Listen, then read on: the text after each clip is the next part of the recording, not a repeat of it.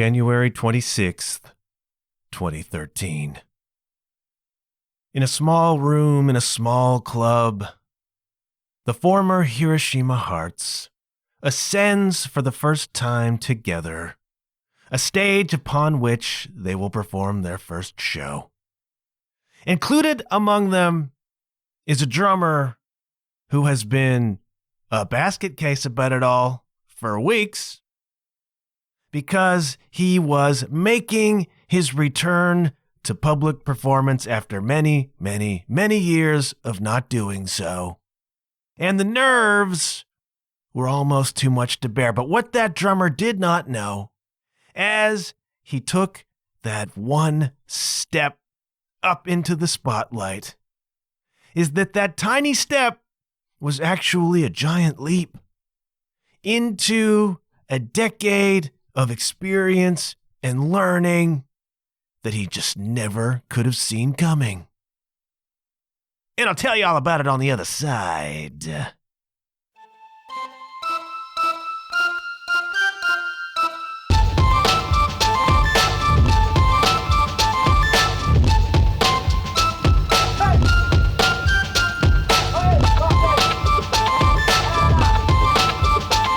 Hello, you're listening to the John Huff Podcast. Oh, yay. I owe this episode to Facebook. It is a good time for reflection. And as luck would have it, our old friends at Facebook, Zucks, reminded me last week that, it was 10 years ago that what used to be Hiroshima Hearts and is now Jen Marino and the Hearts played our first freaking gig in L-Town at the London Music Club, which sadly no longer exists. One of the many, many venue casualties of the pandemic. And there have been so many here, so many abroad. And it's sad, man, and it leaves music. It's one of the many factors that leaves music in such a state of limbo right now. And that's why this becomes a really good time for reflection. You know, I'm not as nostalgic as I once was, all right? But 10 years is 10 years, and it was indeed my return to public performance after years of not playing in front of anybody. I mean, there was a whole block of time when I didn't play the drums at all, like 10 years. Aged, 23 to 33, going to school, living in apartments. Drums were just not on the freaking table. And then I came back, having been a church drummer and having performed as a teenager and a young adult. And then I just hadn't played for anybody for years, and the incredible nerves about it all, and the anxiety and the self-doubt. My goodness, looking back, it's kind of cringy to remember those feelings of that day. But to see how far you've come is kind of fun. And it's timely. It is timely because, like many musicians, I'm sitting here now wondering just what music is for me now, or what music will be going forward. Pre-pandemic, I was trying real hard to make it a full-time thing. I was trying to do music, play music, and that was my pursuit, and that was what I was investing myself in. And then the pandemic just turned the whole world upside down, turned music utterly on its ear. Venues have closed. In my particular case, a lot of the people I was playing with just simply aren't here anymore. They moved away, and there were things that looked like they might materialize that didn't. And now a lot of bands are having trouble getting it going again, getting back into the groove. And so I take a look from my vantage point, 49 and a half years old, and I just don't know, man. I don't know where music goes from here. I mean, it's utterly possible that music blossoms, and it happens, and opportunity knocks, and then all of a sudden we're on the ride again, But it's also utterly possible that my pursuit of music as a full-time thing may be done. It might be over. I don't know. It's possible. And so it presents us with a good time for reflecting. and wondering, about what the future may hold. But it's really profound to me to look back at the last 10 years and having no idea what was coming. When you reach a decade milestone, if you're like me, you tend to be a bit introspective, tend to be lost in your thoughts. You tend to look for patterns in things. It's just a fun exercise and a useful one to step back and say, look, Jack, 10 years you spent in that grind, following an intuition to begin performing and to pursue that, and then, following the tracks as they unfolded in front of you. And look where it led you, and what have you learned? What have you taken from the past decade of music? And it becomes more poignant when you think maybe that's the end of a cycle. Maybe that is the end of a phase, and this 10-year anniversary has come up, this milestone. Time to look at it, and maybe this is the end of something. I don't know. And it's just poignant. It's poignant to me. And so what I've done is I've come up with, this is a long way of saying, what I've come up with is 5 lessons from 10 years in music. Oh yeah, kids, we're sharing the wisdom today, and there is some. And the thing is, this does not have to be exclusive to music at all. When I look back at it, spent some time reflecting, and I spent some time thinking about what can I offer here that has some value to people, whether you are musicians or not. And what's interesting to me is that the lessons that I've gleaned from the past 10 years have been almost entirely existential. There are practical things about playing the drums or about being in bands or about touring or whatever, but the overarching life lessons are the ones that really speak to me. This has been a period of really exciting and at times really challenging change, growth, and evolution. And I have distilled that, best I can, into 5 lessons from the last 10 years in music. And I can preamble more, but why don't we just get to them? And I don't know, I've got some Q&A to go with this episode. I don't know if I'll get to the Q&As today. It depends on how quickly, how succinctly I can move through the lessons I'm about to give. But you do not have to be a musician to appreciate and apply this stuff in your life, okay? This is universal. It comes through the lens. It comes through the prism of music, all right? It comes sometimes in that language, but applicable to anything, all right? This is big life stuff that I have pulled from the last decade of slogging it out in the music scene, man. All right, now lesson number 1 is vital. And that lesson is, kids, that things are possible.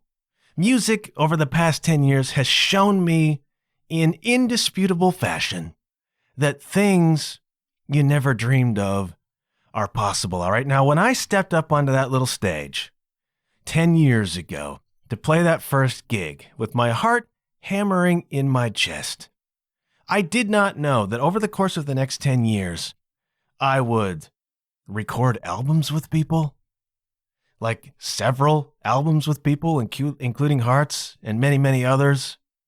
And then I would make music videos, and that our little band would find a following, and that we would be playing shows kind of all around southwestern Ontario, that we would find ourselves being played on the radio here and there. You know what I mean? This is stuff that when I was a teenager was dream stuff, right? And it seems impossible that this sort of thing can happen.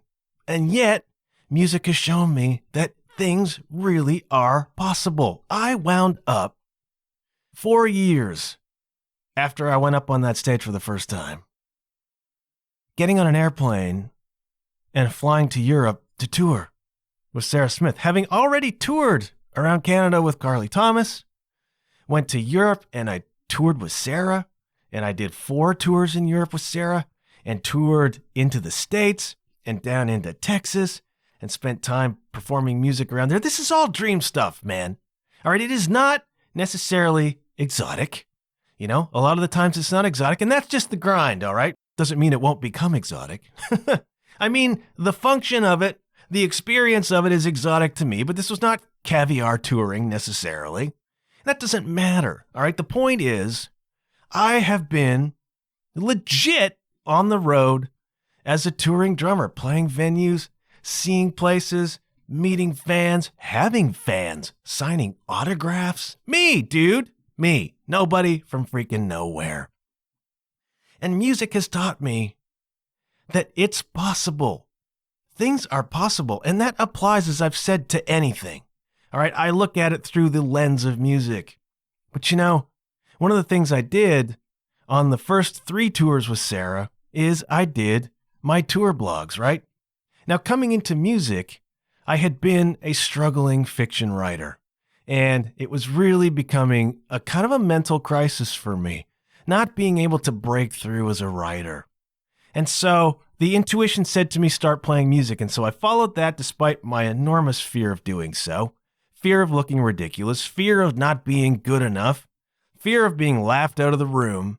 I stepped through that, began to play music, stopped focusing so much on writing, and then I went on tour with Sarah in Europe. Had another intuition that said, do a tour blog, man. Blog this. It'll be fun. Because I'd seen other people do that. Douglas Copeland would do like book tour blogs. I remember Eric Idle doing a tour blog of one of his live performance Monty Python tours. Really, really fun to read. So I tried to do that. You fast forward, I did the tour blog in 2017. 2018, Sarah and I published that as a book. So wow, blocked writer, follows this intuition, steps into music, and 5 years later has got a book. The book still exists. It's out there, man. And it's just amazing to me that things are possible. And you don't need to take my advice on that or my proof of that. I have lots of friends who have published books for real. I have lots of friends who have been signed, who have toured at a much higher level. I know people personally who have been in Hollywood pictures. All of this is possible. It seems impossible, but isn't. And music has shown me that things are possible. And what a lesson that is. Even if music is fundamentally altered for me now, even if it's in some ways just different now or over as a pursuit in the way that it has been in the past, and it might not be. Just taking from that experience of the past decade, this notion that it's possible to do things. How freaking exciting is that, man? It's really exciting to know. And so whatever dream it is, whatever comes along next, that the intuition says, take a shot at this. I will step into whatever that is, knowing indisputably, irrefutably, I have the proof that it's possible to reach a level or to experience whatever it is that you want to do or experience. It really is possible. And I've had that shown to me through a decade of music, and I find that super exciting. The second lesson I don't have a pithy name for, but it's about attachment. All right? Probably the biggest lesson I've had in the past 10 years of being in the grind and facing my own demons and dealing with my own self-doubt and taking on challenges and putting myself in the game. The biggest lesson I've learned is that you need to learn how to not attach to things. The greatest pain that I've had, and I have had pain, kids, all right? I have had pain throughout the course of this bizarre little career I've tried to develop. And all of that pain inside has come from being attached. And this is probably the great universal lesson, I believe it was the Buddha who said that, suffering is all about your attachment. The Tao talks about this. Non-attachment is the key to not experiencing all of that pain, because when you attach to something, it can be taken away from you. Attachment brings up the possibility of loss. I'm not being super articulate about this one because it's really tough. It's really tough to make you understand this. But when I have had pain throughout the course of the last 10 years, it has been about me either wanting a drum chair or fighting really, really hard to try to keep a drum chair. An attachment to an identity. I am a drummer in this act, or I want to be a drummer in that act. And then you attach your identity to being that, and immediately you become vulnerable because pain comes from losing or not having that thing. And so what do? You attach to this position, and then you try too hard, or you do too much, or you allow yourself to be mistreated, or you allow yourself to be walked on, and you put up with it because your attachment is to this chair or this position. And that applies to anything. That can apply to a relationship. That can apply to your job. That can apply to your car. That can apply to your house. You wrap your value and your self-worth and your identity up in this thing that is outside of you. And so when I've had pain, it's because I have felt as though I have earned this position or that opportunity, and it has not come to me. And my ego, attachment is all about ego, man. And my ego is offended by that and frustrated and hurt by that. And that causes the hurt inside. That causes the bitterness inside. That causes you to not be at your best, or it causes you to go too far the other way, to try too freaking hard. And then that pushes people away. You know, I have had pain when I found myself in a position that I valued and I wanted. And then you begin to fear losing it. You know, you begin to fear not being good enough, or you begin to fear just the thing ending. And what you have to realize, particularly as a side player in the music world, is that it's probably going to end, all right? You know, attach yourself as hard as you want. You ultimately have no control over whether you get the gig or whether you lose the freaking gig. I mean, it is possible through your behavior to lose a gig. You can certainly lose a gig with your behavior, but you cannot keep one with your behavior. And this is an important lesson. All right? Watch the Hired Guns documentary. It doesn't freaking matter what you do. Those positions, particularly as a hired player, are transient and temporary. And it's a harsh and it seems like a bitter lesson to learn, but it isn't. You save yourself a lot of peace of mind. You save yourself a lot of strife and heartache when you realize that these things are transient and you cannot control it, right? You're going to lose gigs. I've lost gigs. You're going to not get gigs that you would have been really good for. It's happened to me too. It happens to everybody. It's when you attach to those things that you become vulnerable, when your ego begins to identify with being the drummer in this band, or being the guitar player in that band, or whatever, or having this position in your office, or being the best pickleball player, whatever. If your ego attaches to these things, you immediately become vulnerable and you set yourself up for pain. And when you are in that state of mind, as a musician, you don't play your best because you feel this pressure and you feel this tension. It's like, oh, I can't screw up, can't get this wrong, can't get that wrong. And the more you become amped up by that, the tighter you become. You become tight, you don't play as well. It's like you set yourself up for the very thing you fear because you become so tense and tight. And I have had to learn this the hard ass way, all right? I have endured suffering at the hands of ego, wanting to get or hold on to these positions because I become attached and identified with that in my ego. When I talk about having an ego breakdown during the early part of COVID, when things and anxiety just went off the rails for me, you know, I talk about ego being a problem. I am not talking about cockiness. I am not talking about arrogance. I am talking about being identified with your ego's desires, right? And your ego's needs to be acknowledged, to be valued, to be wanted. This is not about arrogance. It's about coming from a place of ego over spirit. And you need to learn, I have had to learn the hard ass way to let that stuff go. And I think one of the major things, you know, if we're looking at order in the universe or a life plan or anything like that, or circumstances as having profound meaning, my experience in music over the past 10 years has been a huge exercise in attachment and letting go. And I can save you a lot of freaking strife right now. You young drummers out there, you young musicians who aspire to hired gun positions, whatever, is begin now practicing non-attachment. Enjoy and value the gigs you get.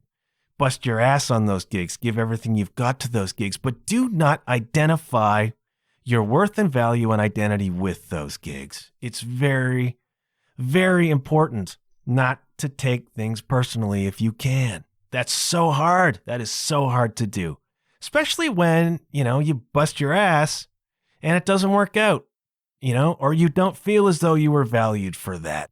But again, that becomes an ego trap. And that is the game. That is the exercise to withdraw your ego from these situations. And the other side of that is that you need to cultivate and develop a faith.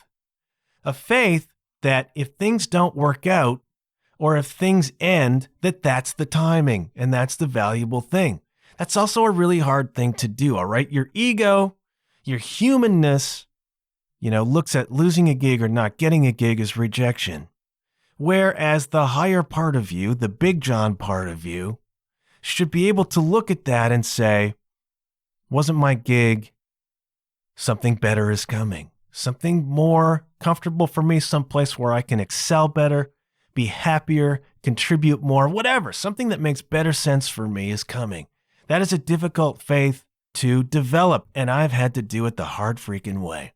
All right, I have had some exotic and amazing and wonderful experiences throughout this career, but at the same time, I have had to learn the hard lessons about letting go of your attachments to an artist, to a gig, to an opportunity, and save yourself the heartache right now, kids. Learn to recognize things for what they are, but do not attach your ego identity to them.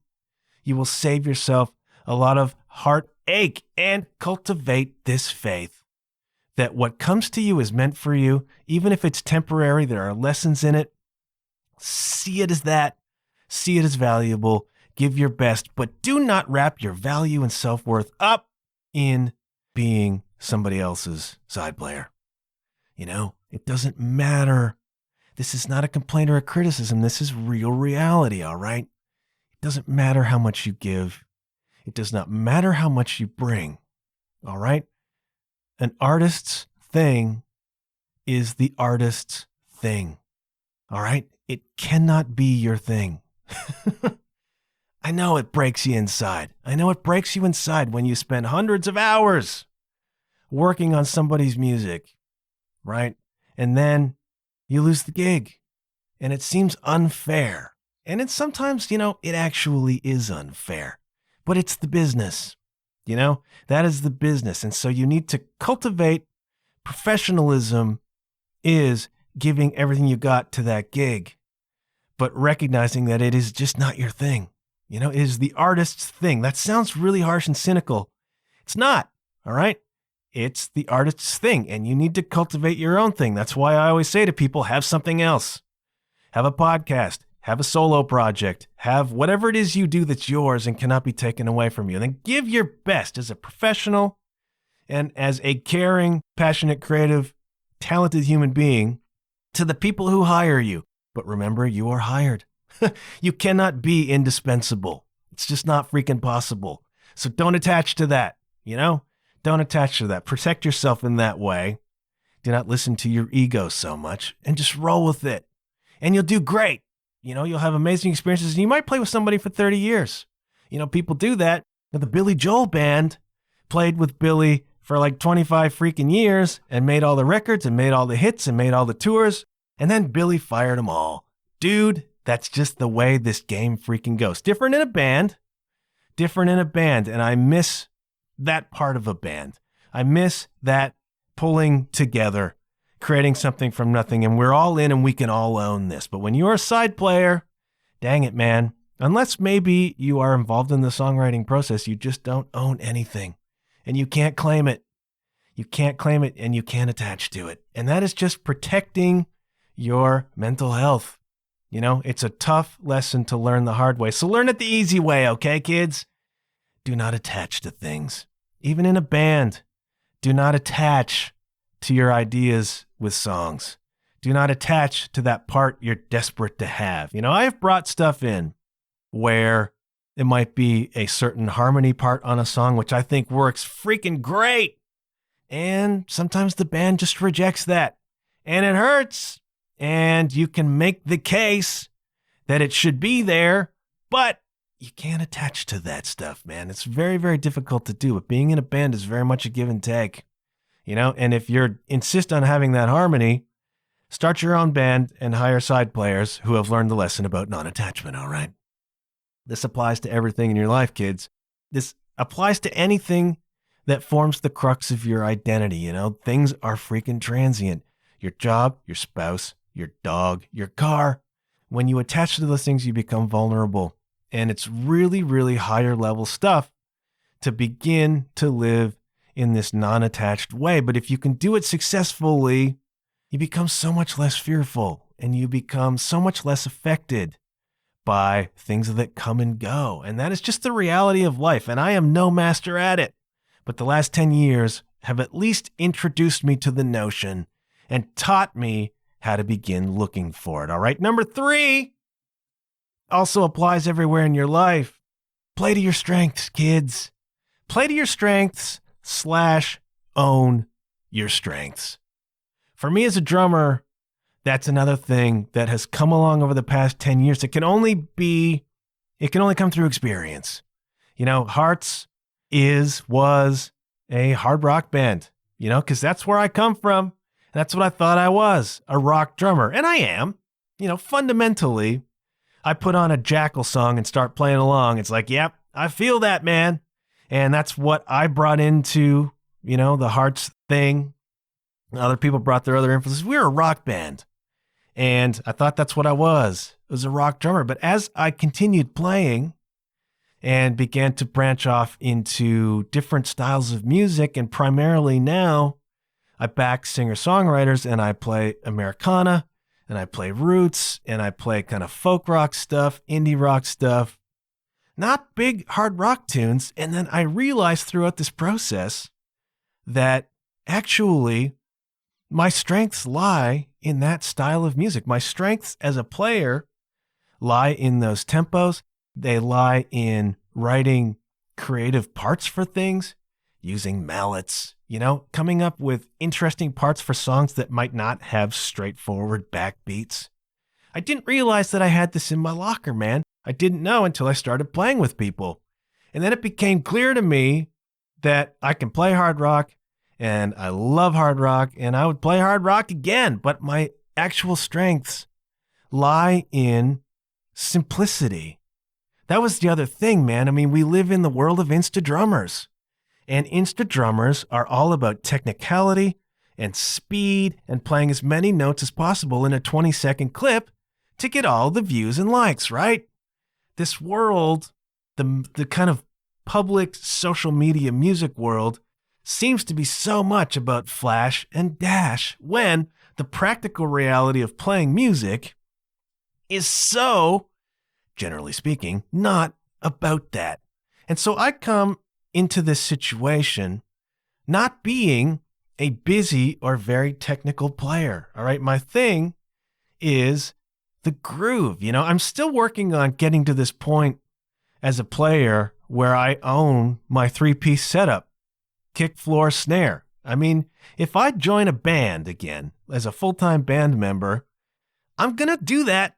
I'm planning to begin that right from the very get-go, playing a three-piece drum set, because I value so much simplicity. But in a world, at least publicly, that seems so much to value the opposite of that, you become self-conscious and you become a self-doubter. It's like, I can't play that 30-second note fill over a bar and a half into that 7/8 section of it's not my thing.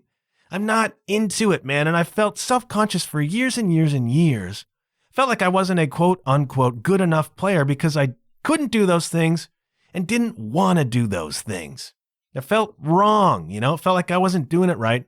Felt like I wasn't a very good player. And that's why it's so important to value the Ringos of the world and the Charlie Wattses of the world and the Charlie Halls of the world. These people who bring the simplicity into the game that is my calling card. The simplicity and that approach to playing the music is my calling card. But for a long time, I really struggled because I wasn't that player. I was not that busy player, and I felt like I was supposed to be and had to be, and therefore had no future and had no hope. And yet, at the same time, I kept getting hired by people. And what did they value? Well, they valued the groove that I could give them, and they valued the backups that I could sing, and they valued, this is a really practical tip for all you musicians out there, that I wasn't a dick. Don't be a dick. Maybe that's the first rule of making it in the biz, man. The hang really does count. So don't be a dick, and I'm not, and I haven't been. And therefore, that brought me into some circles and kept me there, But you have to own what you do. Right? You have to put value and see the potential in what you do. This social media world will tell you that what you do isn't good enough or isn't right or doesn't hold value, and that you've got to be like this, and this. You've got to be like that person on TikTok. Your podcast has to be this, X, and Y for branding and the marketing. Your drumming has to be this. Your guitar playing has to be that. And it's all BS, man.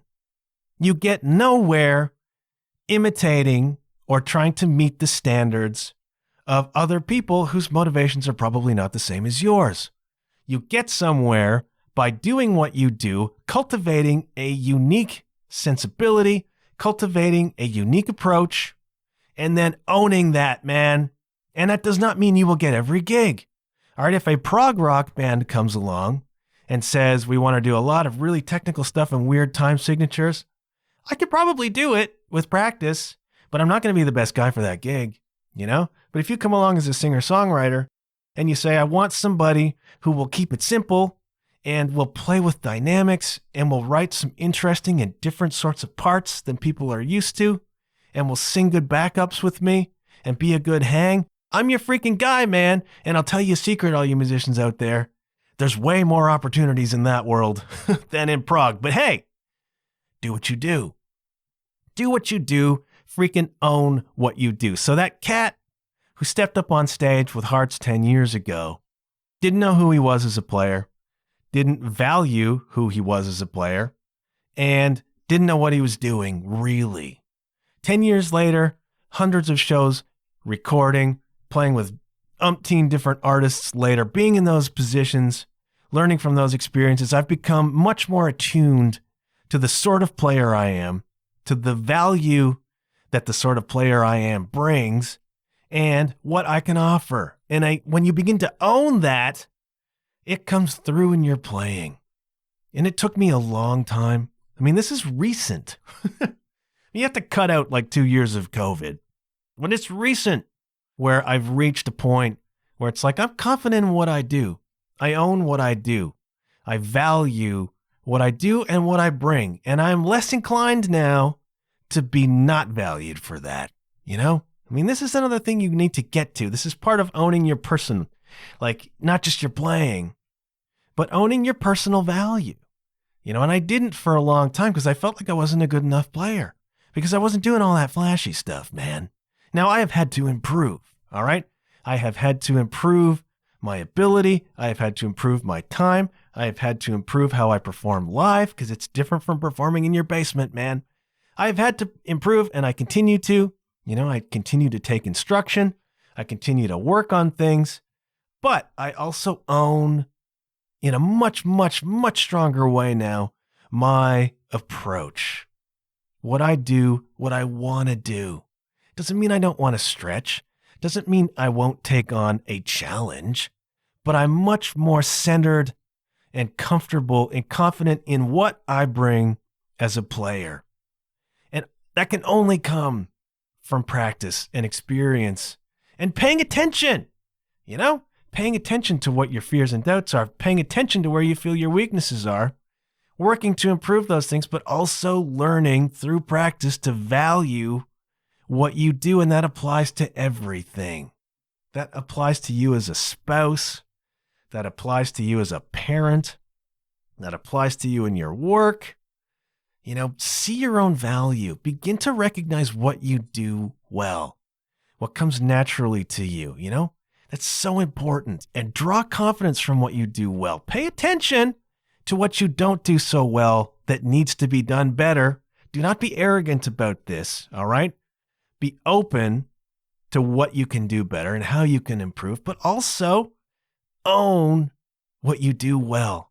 You know, what you do naturally. What is your strength? Especially if that strength seems to run counter to what the empty social media trends and advice are. This is a really confusing time because the influences are coming from everywhere. You don't know who's legit and who freaking isn't. You don't know who's doing it just for the clicks. You don't know what is fake. Every picture you see on Instagram has been manipulated in some ways, and in many cases, manipulated in freaking negligent ways. People have made themselves 6 inches taller. You know what I mean? Lighting, filters. You see a drummer. It's like, I don't know. Was that one take? And was that the 80th time he tried that lick and he finally pulled it off? You know, is it all triggers? You don't even know what's real and what isn't. And that's why it's so important to tap into what you know is real about you. Own what you do. Own how you play. Own how you live. And see the value in what you bring to the game, man. And if the people don't see that value, then move on to more people. Don't attach. You know what I mean? Hard freaking lesson. But when you begin to get it, as any sort of an artist, man, oh man, as a writer, there's so much temptation and challenge to write to the market. They call it writing to the market. You know, writing whatever's hot right now. So over the past 20 years, you might have tried to write another Harry Potter or Hunger Games or 50 Shades of Grey or whatever's hot right now.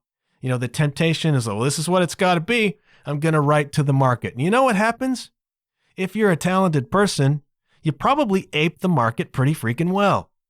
But you have not created anything that has value for you. You have not fulfilled that hunger, that impetus that drove you to create in the first place. You haven't fulfilled it. You've done a nice copy of somebody else's hunger. Don't do that. Don't do it as a player. Don't do it as a songwriter. Own your freaking innate gifts, talents, sensibilities approach. I have had to learn that the very hard way. Lesson number 4. Enjoy the freaking ride. It goes by. I know this is a cliche. It's been 10 years since that Hearts gig, man. I look back at those pictures. We were not us yet. We were not remotely formed. You know, 10 years have gone by. And you look back and you go, where did that happen? Like, where'd it go? What? And I've had all these experiences since then, and I've become so wrapped up at times in prepping for the next gig or prepping for the next tour or learning all of this music and then doing this run of shows, and that's like they blur past. I've noticed this on tour. It's really unnerving where you're on tour for 6 weeks and it feels like 6 years. It feels like 6 months. I think the measuring stick we used to use was that a week on tour feels like a month of real life. So you go up for 6 weeks and everything is so present and everything is so in your face. And, you know, the moment just keeps flying past you in a series of endless moments. And you're so busy and you're just up, you're traveling, you're setting up, you're playing, you're tearing down, you're going to bed, you're up, you're traveling. Like it's just this relentless stream of focus. And it's great for mindfulness because you're always in the present moment because you have no time to be anywhere else. You know, the schedule is that tight. The timelines are that tight. Van call is 9. Don't miss it. You know what I mean? And then all of a sudden you're just in this thing for 6 weeks and it feels like years ago that you got there. You know, it's been a few weeks, but it feels like so much has happened. So much experience has happened that it feels like 6 months of experience. It's only been 6 weeks. And then at the same time, it's over in a heartbeat. And then you wake up in your bed after getting home and you're like, what just happened? I don't remember any of it. Did I take a second to, enjoy it? And sometimes it's so busy and sometimes you're so focused on the goals and sometimes you're just so wrapped up in the doing of the thing that you don't take a moment to appreciate the thing. On the last tour I did with Sarah, 2021, over in Europe, it's like 5-6 weeks, I didn't tour blog that one. And one of the reasons is that I wanted to spend the time that I would normally spend writing, editing, uploading tour blogs. I wanted to spend that time experiencing. So instead of, locking myself in a hotel room to do that for an hour and a half, the 1 hour and a half we had free on show day, I would go out into the town square, wherever we were, and have a coffee and just try to make mental pictures, just try to take it in. Something I have not done is really enjoy the ride. And so now when I talk to young musicians, and I do from time to time, I talk to people who are coming up, they're just beginning to play their first band shows, they're just beginning to release their first music, they're just beginning to approach this career, in music, and they ask me for advice sometimes. Oh, it happens. And I'll tell them, enjoy the ride. Do not forget to enjoy the ride, because it goes by so freaking fast. I mean, all of us, generally speaking, the people who listen to this show are middle-aged people now. This is my 50th year, kids. All of my friends from high school that were in my grade, they're all turning 50 this year. And 50 is a milestone for reflection, too. Do not be fooled into thinking otherwise. And you sit back and you go, what just happened? How did 50 years go? 50 years? How did 50 years go by? It goes by that fast. And if you do not take time to simply enjoy the ride, enjoy the ups, enjoy the downs, try to take experience from both, pay attention, just plug in, be a little bit mindful about the ride. Next time you're in the studio, take it in, man. Just step back and take it in. I've tried to do that now. On every show I play, I try to take at least a minute, just a second even, to just stop and appreciate the privilege of being in that room and playing that music with whoever I'm playing it with. Being grateful for that opportunity, being proud of the work I've done, seeing the people, feeling the experience. It's so important to enjoy the ride, even the crappy stuff. And there is crappy stuff, man. Touring is a grind. Sometimes you play a rough show. Sometimes you're in a lousy room. Sometimes the van won't start. Stuff happens, and in those cases, you've got to look at it like it wouldn't be happening to me if I wasn't in the game. There's always a way. All right, there's generally a way to spin most stuff positively, It's all part of the experience, and you wind up with a good story out of it. If nothing else, you wind up with a story at the end of it all. And it's important to enjoy the ride. Enjoy the ride at work. I know. Enjoy the ride at work. Enjoy the ride as parents. Enjoy the ride in whatever it is that you do. Sometimes pickleball makes me so angry I can hardly see straight. Pickleball is a mental exercise, a mental arena of the type that few things are for me. Just the way you can get down on yourself, the way things can seem to go against you, how angry a human being can get hitting a plastic ball over a net. Human beings are so competitive, man. And it's like you have to take back, just a step back, say, all right, pickleball is not going great right now, and I'm angry, but I'm able to do it. I'm physically capable of playing a game like this, I'm in good enough shape to do that. My body works in such a way that I can. And I'm with all these people who are my friends. I have this group, and how lucky am I for that? You sometimes lose sight of that part of the ride. So it is in music. So it is in any pursuit. Take time, make a point of enjoying the freaking ride, all right? Lesson number 5, the final lesson I'm going to lay on you. And it will be familiar to your ears, my friends. Good things happen when you put yourself out there. Good things happen when you put yourself out there. All right, the last 10 years have been about so much more than just music. All right, now you know the story. I have not been shy about the story. I was a struggling fiction writer. And it was coming to an end for me because I hadn't learned these things about non-attachment and enjoying the ride, etc., etc., etc. I was really struggling. And I was in Jamaica at a resort after dinner at the buffet upstairs at the martini bar, enjoying a nice post-dinner libation. There was a house band just playing covers for whoever was at the buffet. And those cats were crushing, man. And they were having a great freaking time. And I had been resisting playing music for a long time. You know, I'd been back playing drums again for 10 years probably. I had been resisting playing out because I was afraid. I doubted my ability, and I was just not ready to face that. You know, I had had opportunities to play. I said no. I made up excuses. I hid from them. I hid from myself, kids, because I had wrapped myself up in this identity. See, I had attached myself to this identity that I'm a writer. That's my focus. I'm a fiction writer. And isn't it ironic, don't you think, that when I let go of this notion of my identity as a fiction writer, I eventually published a book as a nonfiction writer. Ain't that funny? November, A Month in Europe with Sarah Smith. Funny how that goes, man, when you let go of your attachments to identities. Anyway, heard a voice, audible, and it said to me, you need to start playing music now. And I listened. Finally, I plucked up the courage and I put myself out there. All right, I put an ad on Bandmix.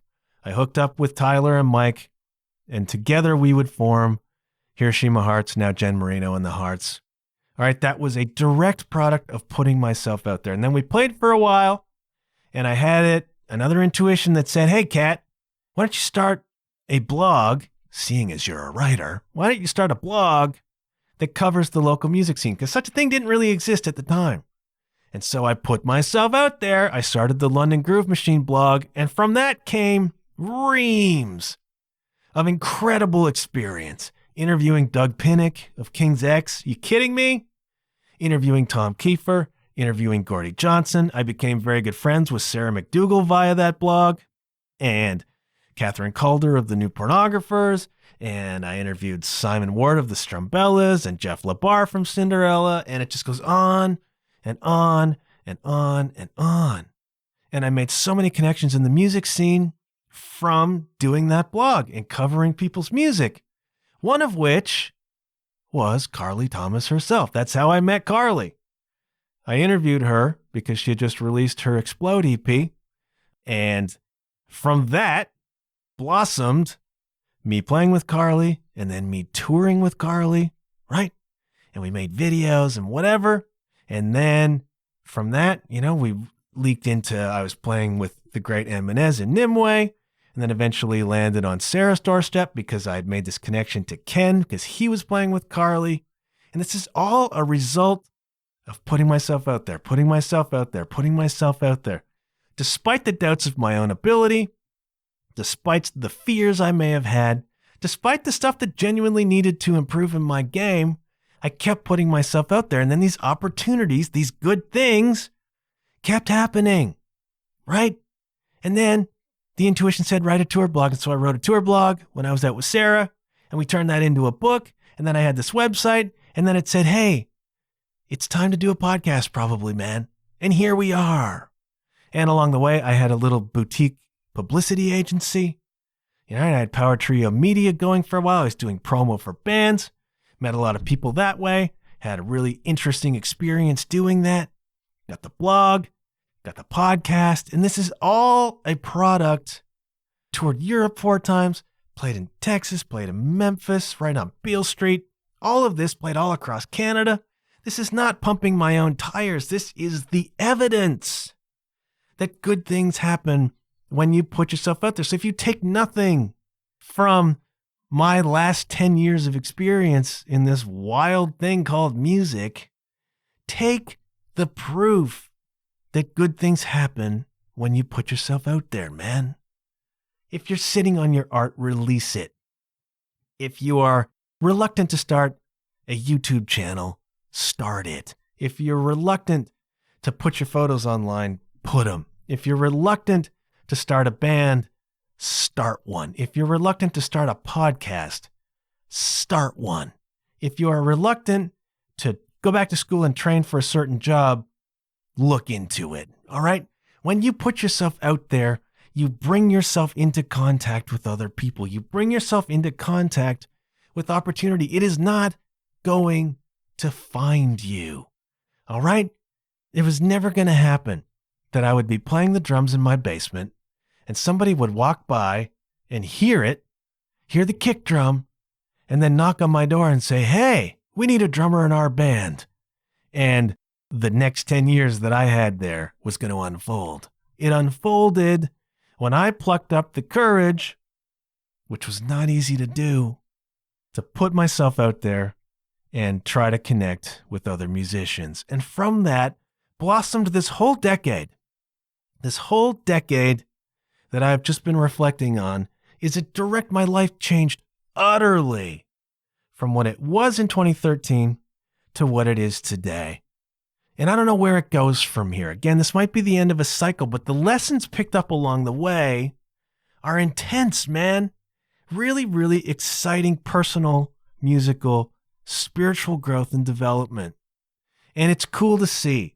And if that's what I was meant to get from music, from my pursuit of music full time, if that's over now because the lessons are learned and the wisdom is accrued and can now be applied to whatever comes next, then wow, what a gift that is. I haven't done the Patreon plug. Very quickly, there is a Patreon page for this podcast. It wouldn't exist had I not put myself out there 10 years ago. Patreon.com/John Huff Podcast, where for the low price, one membership fee of $5 a month, you can support the program. Kids, all right, I do not want to do ad reads on this show. Ad reads annoy me. I listen to many podcasts these days where I hit play and then quite literally there are 5 or 6 minutes of freaking ads. And I'm like, who's hanging around? I fast forward all of that freaking stuff, man. I do not want to do that. I do not want to do that to you. But I wouldn't mind, some help covering my costs. And so Patreon exists. Patreon.com/John Huff Podcast. $5 a month. You can think of it as tipping me $1.25 for every episode I do. And it's just a way of saying to me, hey, man, I appreciate the work, and it is a lot of work that you're putting into this.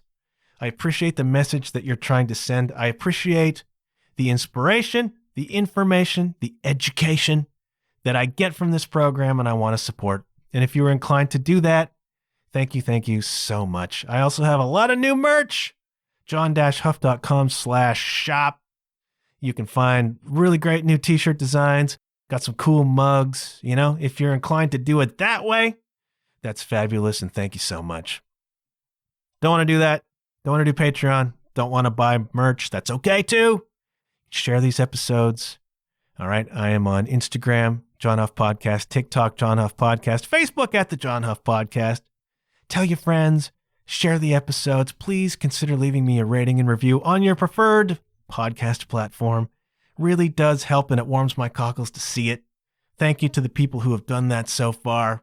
We're sneaking up on an hour. I know that as she listens to this right now, and I say that, Elena is wondering why that matters. It just does, okay? This is my idiom. Things are possible. Do not attach. Play and own your strengths. Enjoy the ride. And remember, kids, good things happen when you put yourself out there. I was going to do a bunch of Q&A because I didn't know how much time I would spend on each of these things.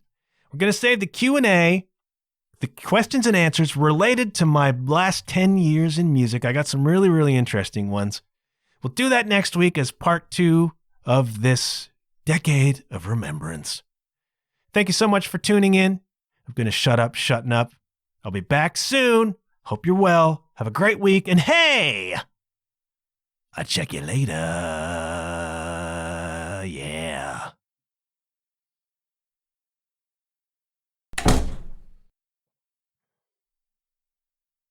Desperately trying to think of a song I can sing. Something from those early Hearts days, but man, just can't remember. I do know that when I actually got on stage, the nerves went away, and so began the ride. Thanks for being a part of it.